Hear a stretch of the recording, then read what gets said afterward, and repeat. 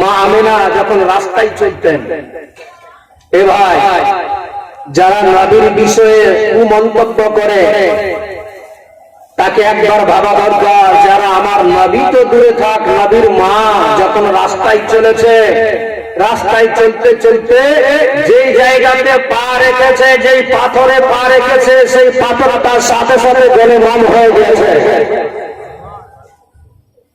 আমার নবী না, নবীর মা পাথরে পা দিয়েছে, পাথরটা গলে মম হয়ে গেল। মা আমেনা বলেন, আমি সময়ে সামনে দিকে তাকাতে গিয়ে কাটাই পা পড়েছে, সেই দেখছি কাটাটা, পরবর্তীতে পা তোলার সাথে সাথে দেখতে পাচ্ছি কাটা নয়, বরঞ্চ সেটা ফুল হয়ে গিয়েছে। কিতাব লিখছে, মুখে বলছি না, বানানো গল্প না।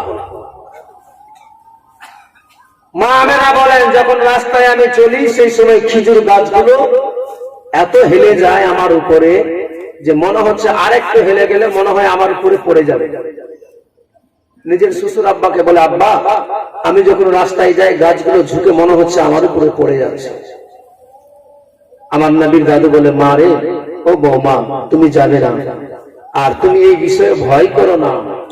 আসলে তুমি যখন যাচ্ছ সেই সময় সম্মানার্থে গাছগুলো ঝুঁকে যাচ্ছে, কারণ তোমার গর্ভে যে আছে সে হবে আখিরি জামানার পয়গম্বর। বলুন সুবহানাল্লাহ। যাকে শ্রেষ্ঠ বলে আল্লাহ ঘোষণা করেছে, যাকে আল্লাহ সর্বপ্রথমে মানিয়েছে, সেই তোমার গর্ভে আছে, যার জন্য গাছপালা সব সম্মানার্থে ঝুঁকে যাচ্ছে। মা আমেনা একদিন শ্বশুর আব্বাকে বলতে লাগলেন, আব্বা গো, আব্বা সবাই যাচ্ছে আজকে মক্কার মতো জায়গাতে, যে নারীরা আছে সবাই যাই পানি তুলবে। আব্বা আমার শাশুড়ি মা প্রতিদিন যাই তুলে নিয়ে আসে, আজ আমার মন বড় চাই, আপনার যদি পারমিশন হয় তাহলে যাব আমি। বাবাজি ভাইরা, আমার মা বোনেরা, মন দিয়ে শুনুন, মা কেমন ছিলেন আমার নবীর মা। স্বামী নাই, শ্বশুর আব্বার কাছে পারমিশন ছাড়া কোথাও যাই না।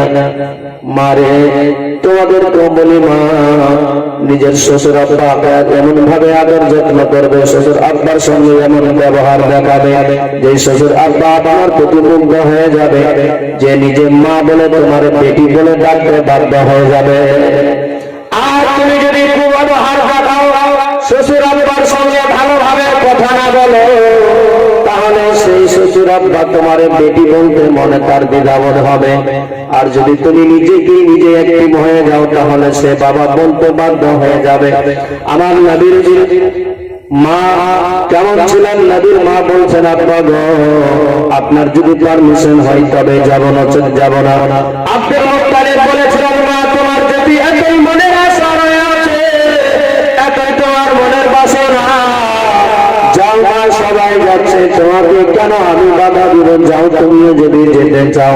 মা আমেনা নিজের হাতে বর্তন নিয়ে চলে গেলেন, কুয়ার পাশে নিকটে গিয়েছে, যেই কুয়া আগে জমজম ছিল বাবা, যেখান থেকে পানি তুলবেন বলে মনে করে মক্কার যত নারী ছিল সবাই পানি তুলতে যাই সেই জায়গাতে।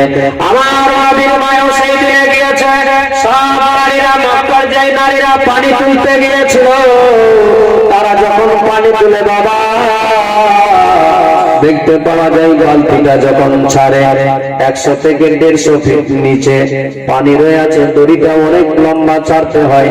তখন তো এই দড়ি ছিল না, চামড়ার দড়ি ছিল বাবা, আর চামড়ার মুসুক হয়েছিল, সেই বালতি দিয়ে পানি তুলতেছিল। তুলতে তুলতে সবার পানি তোলা হয়ে গেল, শেষ পর্যন্ত আমার নবীর মা আমেনার পানি পড়ে গেল।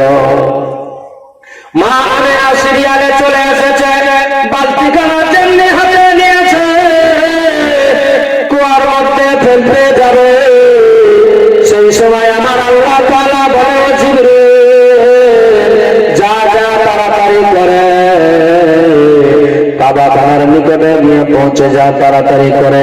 আমার নবীর মা পৌঁছে গিয়েছে সেই জায়গাতে, কারণ যেই কুয়ার পানি আছে সেই পানিটা প্রায় 100 থেকে 150 ফিট নিচে আছে। আমার মা আমেনা, আমার নবীর মা, যখন বালতি থেকে পানি তুলতে যাবে সেই সময় নিজের পেটখানা, নিজের শরীরটাকে কুয়ার সঙ্গে টাচ করতে হবে। সেই টাচের কারণে হয়তো মা আমেনার কষ্ট হতে পারে। মা আমেনার যদি কষ্ট হয় তাহলে আমার নবী বড় কষ্ট পাবে, আর আমার নবী যদি কষ্ট পায় তাহলে আমার মন খারাপ হয়ে যাবে। যার জন্য আমি বলতে চাই, জিবরিল যা যা তাড়াতাড়ি করে পানিকে গিয়ে বলে দে পানি যেন তাড়াতাড়ি করে আমার নবীর মায়ের সামনে হাতে উঠে যায়।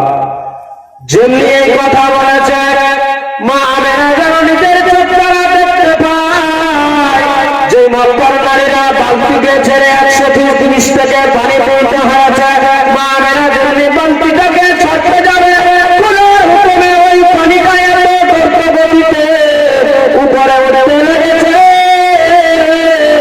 মা আমেনা সেই সময় বালতিটাকে ছেড়ে নিজের বাড়ির দিকে অগ্রসর হয়ে গেল, দৌড়াতে লেগে গেল, তাড়াতাড়ি দ্রুত গতিতে ছুটে বাড়িতে চলে গেল। আর গিয়ে বলে, আব্বা গো, বড় একটা সর্বনাশ হয়ে গেল আব্বা, একটা বিশাল বড় ঘটনা ঘটে গেল। কি হয়েছে বাবা? বলে, আব্বা গো, আমি যেই জায়গাতে পানি তুলতে গিয়েছিলাম আব্বা, সবাই পানি তুলল, অনেক দূরে পানি, 100 ফিট থেকে 150 ফিট নিচে পানি ছিল। আমি যখন বালতিটাকে নিয়ে কুয়ার মধ্যে ছাড়তে যাব আব্বা গো, সেই সময় দেখছি যেন কুয়ার নিচ থেকে পানিটা দ্রুত গতিতে উপরে উঠতে লেগে গেল। এত দ্রুত গতিতে উঠেছে, আমি যদি কয়েকটা মিনিট সেই জায়গা থেকে দাঁড়িয়ে থাকতাম তাহলে আমার মন বলে সেই কুয়ার পানিতে মাথায় বন্যা হয়ে যেত।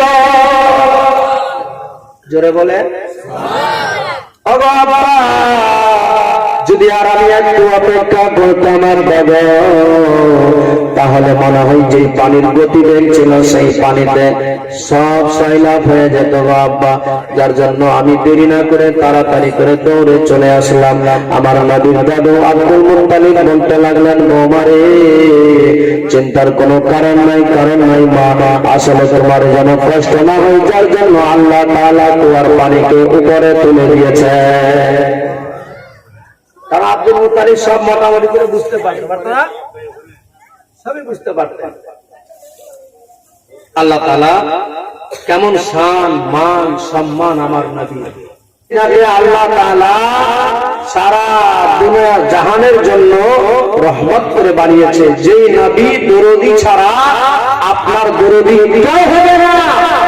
আপনি যে দুনিয়াদারি নিয়ে আজ ব্যতিব্যস্ত হয়ে আছেন, যে নবীকে নিয়ে অনেক ধরনের সমালোচনা, এটা কেন করব, ওটা কেন করব, এটা করলে কি হবে, যে নবীর শান নিয়ে একবার তো মন্তব্য করবে তার জাহান্নাম ছাড়া কোথাও ঠিকানা হবে না। কারণ যে কোটি কোটি বছর ধরে ইবাদত করেছে আজাদি, যে আদমকে আমার নবীর ওসিলাতে আদমকে বানিয়েছে, নবী আগে আদম করে সেই আদমকে সিজদা করতে বলেছিল, আদমকে সিজদা করো, সবাই করলো। এই আজাদির কোটি কোটি বছর সে নামাজ পড়ার পরেও তার অন্তরে অহংকারী চলে আসলো, সে সিজদা করলো না। আল্লাহ তাকে মারফুদ বলে, শয়তান বলে ঘোষণা করে দিল। সে কোটি কোটি বছর ইবাদত করেছে, আর আমরা তো দুই এক ওয়াক্ত ভালো করে পড়তেও পারি না। হয়তো জহর যায় তো আসরে যায় না, আসরে যায় তো মাগরিব যায় না, নামাজ নাই, রোজা নাই, আর নবীর ব্যাপারে নানা ধরনের সমালোচনা করবে। তার ঠিকানা কোথায় হবে? জাহান্নাম ছাড়া জান্নাতে যাবে? যাবে না। অতএব কখনো ভালোবাসার কোনো দলিল লাগে? এই ভালোবাসার কোনো দলিল লাগে? নবীর প্রতি ভালোবাসা, ভক্তি কতটা রাখতে হবে? নিজের বাবা, মা, ছেলে, মেয়ে, জমি, জায়গা, টাকা, পয়সা, সমস্ত কিছুর থেকে সারা পৃথিবীতে যত কিছু আছে সব কিছু থেকে, নিজের জীবন থেকে, যতক্ষণ পর্যন্ত আপনি নবীকে না বেশি ভালোবাসতে পেরেছেন, পূর্ণ মুমিন আপনি হতেই পারেন। আমার নবীর হাদিস, আপনি যতক্ষণ পর্যন্ত নিজের জীবন থেকে আমার নবীকে না ভালোবেসেছেন ততক্ষণ পূর্ণ মুমিন হতে পারবেন না।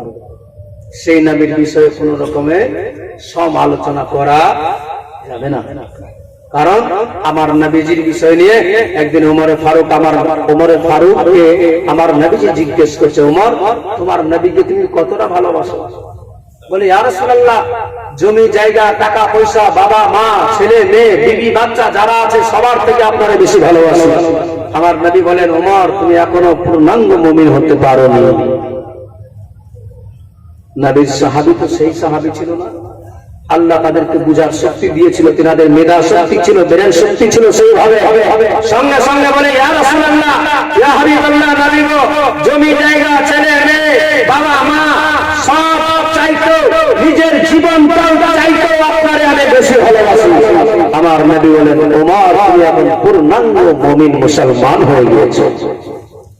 নবী বিশ্ববাসীকে বুঝিয়ে দিলেন, হে আমার উম্মত-উম্মতিরা, শোনো, তোমার নবীকে যতক্ষণ পর্যন্ত নিজের জীবন থেকে বেশি ভালোবাসবে না ততক্ষণ পর্যন্ত তুমি যতই যা করো না কেন, কোটি টাকা খরচা করে তুমি হজ করো না কেন, শত শত বার দাও না কেন, মসজিদ তৈরি করো, মাদ্রাসা তৈরি করো, লাভ হবে না। লাভ হবে তখন যখন নিজের জীবন থেকে নবীকে ভালোবাসতে পারবে। সেই নবীকে কাকে জীবন থেকে বেশি ভালোবাসা যাবে? নবীকে। আর যাকে জীবন থেকে বেশি ভালোবাসা যাবে তার বিষয়ে কোন ধরনের ভাবনা চিন্তা কুমন্তব্য করা যাবে না। অতএব আমাদেরকে সেই নবীর প্রেম ভক্তি ভালোবাসা অন্তরে সঠিকভাবে রাখতে হবে। আল্লাহ যেন সবাইকে তৌফিক দান দেয়। বলুন আল্লাহুম্মা আমিন। জোরে বলুন আমিন।